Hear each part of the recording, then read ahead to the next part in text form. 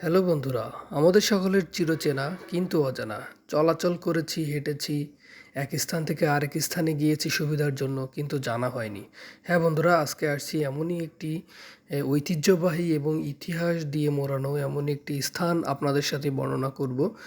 সেটা হচ্ছে যশোর রোড। আমাদের যশোর থেকে বেনাপোলের যে রোড, এটা হচ্ছে ঐতিহ্যবাহী রোড। আমরা হয়তো এই বিষয় সম্পর্কে জানা হয়নি কিংবা জানি না। তো আজকে চলুন আমরা জেনে আসি আমাদের এই যশোর রোড সম্পর্কে।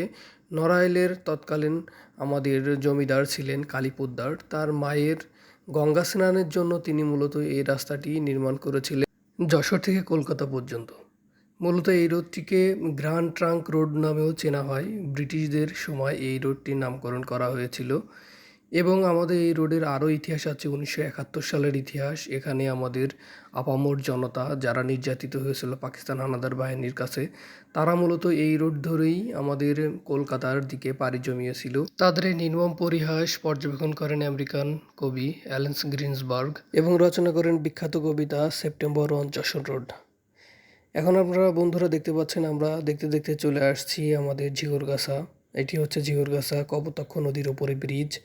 নিচে কপোতাক্ষ নদ আপনারা দেখতে পাচ্ছেন, পানি শুকিয়ে গিয়েছে। কিছুদিন আগে এই কপোতাক্ষ নদীর পাড়গুলি মেরামত করা হয়েছে আমাদের পানি উন্নয়ন বোর্ড থেকে। এর পাশেই একটি পুরাতন ব্রিজ ছিল, সেটি নষ্ট হয়ে গিয়েছিল, থেকে সংস্কার করা হয়েছে।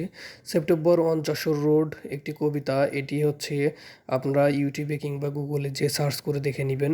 বর্তমানে এটি গান হিসেবেই পরিবেশিত হয়। আমাদের এই যশোর রোডের দুই সাইডে আছে শতবর্ষী কিছু গাছ। এগুলো অনেক বছর ধরেই আমাদের এখানে দাঁড়িয়ে আছে এই যশোর রোডের দুই সাইডে। এগুলা দেখতেও অনেক মনোরম দেখায়। আপনারা অবশ্যই আসবেন এই রোডে এবং এই গাছগুলোকে পর্যবেক্ষণ করবেন। এগুলো কাটার জন্য অনেকে অনেক সময় চেষ্টা করেছে, কিন্তু এইগুলা হচ্ছে আমাদের যশোরের ফুসফুস ধরা হয়। এগুলা থেকে আমরা প্রচুর পরিমাণে অক্সিজেন পেয়ে থাকি। বিধায় অনেক গুণী মানুষ এবং অনেক কর্মকর্তা যারা এখানে আছেন, তারা এগুলা বিবেচনা করে এগুলা কাটতে দেয়নি।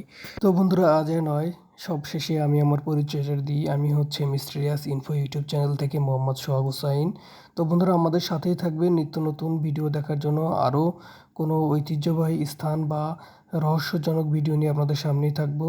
তো বন্ধুরা, থ্যাংক ইউ ফর ওয়াচিং। আজকে এই পর্যন্তই। আল্লাহ হাফেজ।